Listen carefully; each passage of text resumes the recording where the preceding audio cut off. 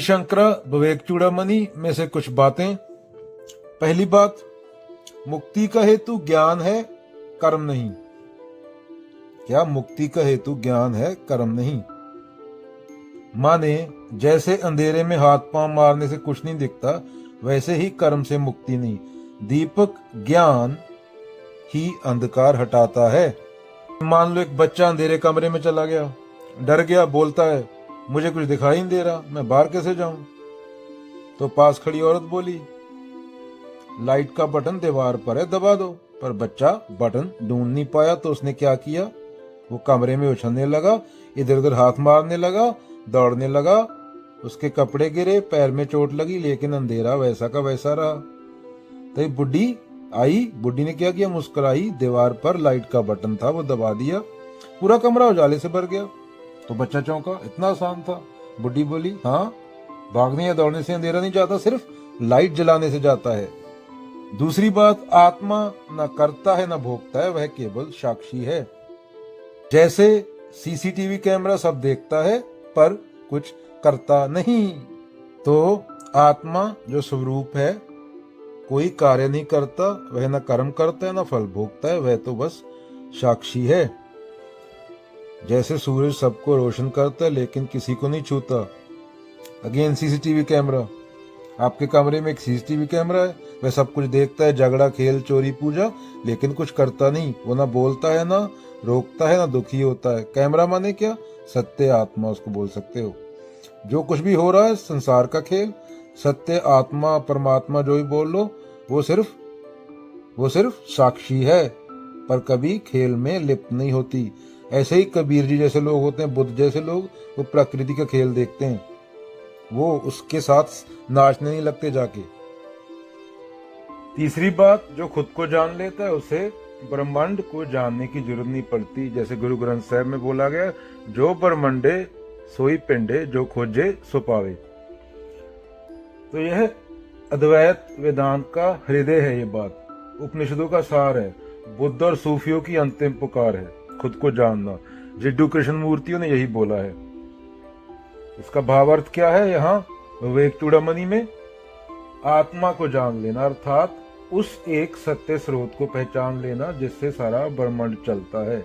जब तुम मैं कौन हूं का उत्तर भीतर से पा लेते हो, तो फिर ब्रह्मांड कैसा है, ईश्वर कहाँ है, दूसरा कौन है, तीसरा कौन है, Ramana Maharshi, how to treat others, there are no others, तो ये सब प्रश्न अपने आप शांत हो जाते हैं, आई डिसॉल्व हो जाता है, ईगो चला जाता है, उसका कोई जवाब नहीं मिलता, प्रश्न करने वाला ही एंड में समाप्त हो जाता है। रमन्ना महर्षि बोलते थे।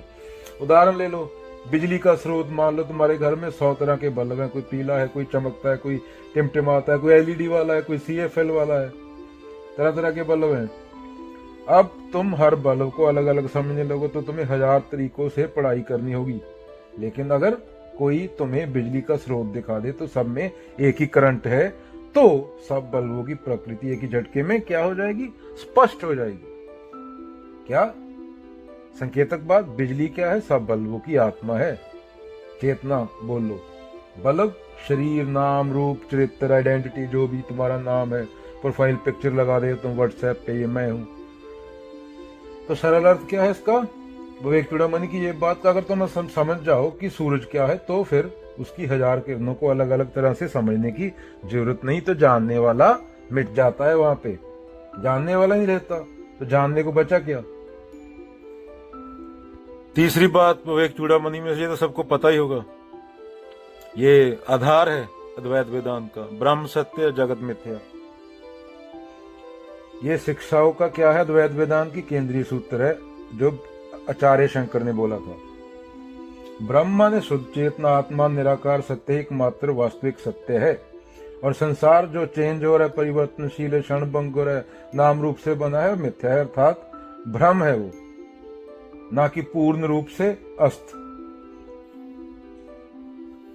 उदाहरण माने, जब तुम सपना देख रहे होते हो, वह हमें पूरी तरह सच लगता है, हम हंसते हैं, डरते हैं, गिरते हैं, उठते हैं। जैसे ही नींद टूटती है, सपना क्या हो जाता है? गायब। और हम कहते हैं अरे अरे ये तो सपना था, शेर सच में नहीं था। इसी तरह यह जगत भी, जब तक हम माया से लिप्त हैं, सपने जैसा अनुभव होता है, लेकिन जैसे ही कोई सत्य को आत्मा को जान लेता है। जानने वाला माने डिसॉल्व हो जाता है। बूंद समाई समुद्र में, यह संसार मिथ्या प्रतीत होता है। ना तो डरने जैसा ना पाने जैसा कुछ है यहाँ पे। तुम कुछ पल के लिए हो चीजों की विशालता में जो तुम खुद को समझ रहे हो। उससे पहले जो सदा है, सदा था, सदा रहेगा, वो उसको जान लो और उसके साथ एक हो जाना होता है। अगेन, बूंद समाई समुद्र में, ब्रह्म सत्य जगत मिथ्या। क्या है ये? केंद्रीय बात है अद्वैत वेदांत की, आदि शंकराचार्य के शिक्षा की। अगली बात विवेक चूड़ामणि में, सत्य वही जो हमेशा है, जो बदलता है वह नहीं। यह भी बहुत मुख्य बात है अद्वैत वेदांत की विवेक चूड़ामणि में से। संसार क्या है? परिवर्तनशील है। जो बदलता है वह स्थायी नहीं, और जो स्थायी नहीं वह सत्य नहीं। सत्य वो है जो न समय, न स्थिति, न विचारों से प्रभावित होता है। उदाहरण, देह, मन, विचार क्या है? शरीर। तो 10 साल पहले कुछ और दिखता था, अभी कुछ और दिखता है। 20 साल पहले तो कुछ और दिखता था। मन भी बदलता है, हर एक सेकंड में चेंज हो रहा है। दूसरा थॉट आ गया, अभी एक तुझे हंसा रहा था, दूसरा तेरे को रुला देगा। अभी तू गाना लगा ले, एक सैड सॉन्ग लगा ले तो सैड हो जाएगा। भूत देख ले तो डरने लगेगा, भूत का फिल्म। सनी लियोन को देख ले तो तेरे हार्मोन इधर उधर होने लगेंगे, एक्साइटेड हो जाएगा तुम। तो कबीर जी क्या बोलेंगे? मनवा तो पंछी भी उड़ के चला आकाश, ऊपरी से गिर पड़ा मोह माया के पास। मन के मत न चालिए, मन के मत नेक, जो मन पर सवार है कोई साधु एक। अगली बात विवेक चूड़ामणि में से, आत्मबोधि सच्चा तप है। यह अद्वैत वेदांत की तपस्या की परिभाषा को भीतर की लौ में बदल देता है। यह शंकराचार्य का क्या है? सीधा संकेत है।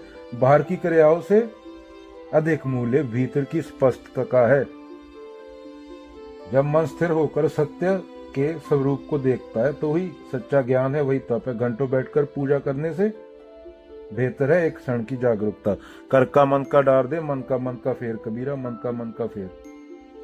मान लीजिए एक आदमी रोज मंदिर जाता है, घंटों आरती, तप, घंटा, फूल सब करता है जो करते हैं मंदिर में ड्रामे, लेकिन बाहर आकर झूठ बोलता है, क्रोध करता है, दूसरों को छोटा समझता है।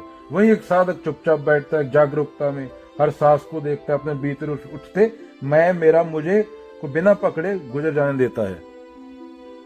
पहला व्यक्ति धार्मिक दिखता है पर दूसरा धार्मिक है। मान लो एक बच्चा है, अगर कोई बच्चा ध्यान से 5 मिनट अपने भीतर देखे तो वह सच्चे अर्थों में तप कर रहा है, और कोई 5 घंटे तक बस बिना ध्यान के पूजा करे तो वह शोर है, तप नहीं। असली तप क्या है? खुद को देखना ईमानदारी से, जैसे शीशा सच्चाई से दिखा देता है तुम्हारी शक्ल कैसी है। क्या बोला जा रहा? तप वह है जो अहम को पिघलाता है, जो कर्ता को खत्म करता है। नेति नेति माने ज्ञान मार्ग, और आत्मा को उसके स्वरूप में स्थापित करता है। बाहर की क्रियाएं माया के अधीन है, पर आत्मा की पहचान अग्नि है, मौन है, मुक्ति का मार्ग। तो इसके ऐसी एक जिड्डू की कोट थी, to understand the immeasurable the mind must be extraordinary quite still. असीम को समझने के लिए मन को असाधारण रूप से शांत और मौन होना चाहिए। हम क्या है? हम अमेजों में जीते हैं, हम प्रतिमाओं में जीते हैं। तो जिड्डू क्या बोल रहे हैं? जब तक मन का शोर है, विचारों की गाड़ी, स्मृतियों की भीड़, इच्छाओं की हलचल, तब तक सत्य आत्मा को नहीं देखा जा सकता। सच्चा तप क्या है? अगेन सच्चा तप यह है कि शरीर को पीड़ा नहीं देनी है, बल्कि जैसे साधु लोग जंगल में जाके बैठ जाते, भस्म लगाते हैं, जटा करते हैं, ये वो शरीर को। बाबा नानक की बात अगेन याद आ गई, गलनी जोग ना हुई अंजन माहे निरंजन रहिए, जोग जोग तिंज पाइए। सच्चा तप यह नहीं शरीर को पीड़ा दो, बल्कि यह है कि मन को इतनी गहराई से देखो कि अपने आप शांत हो जाए। आत्म अवलोकन की बात हो रही है, तो आत्म बोध ही सच्चा तप है। Stillness is insight. तपस्वी वह नहीं जो जंगल में बैठा है, तपस्वी वह है जो कुरुक्षेत्र में जिहाद कर रहा है, खुद के साथ भी और समाज के साथ भी। जिहाद कोई बम मारना नहीं होता, खुद की कमजोरियों को समझना और उनको खत्म करना, एक सच्चा नेक इंसान बनना। जिहाद के नाम पे भी इस्लाम में पता नहीं क्या चल रहा है, खुद को देखना होता है सिर्फ जिहाद, अपने अंदर की बुराई को देख के मिटाना। तो मेडिटेशन, अगेन जिड्डू की एक कोट और याद आ गई, आई थिंक क्या बोलते थे, meditation is not a practice, state of mind होता है मेडिटेशन, ऐसा कुछ जिड्डू ने बोला था। मतलब ध्यान कोई अभ्यास नहीं है, बल्कि स्थिति है जहां मन पूरी तरह से खुद को देख रहा होता है। पूर्ण जागरूकता, आत्म अवलोकन।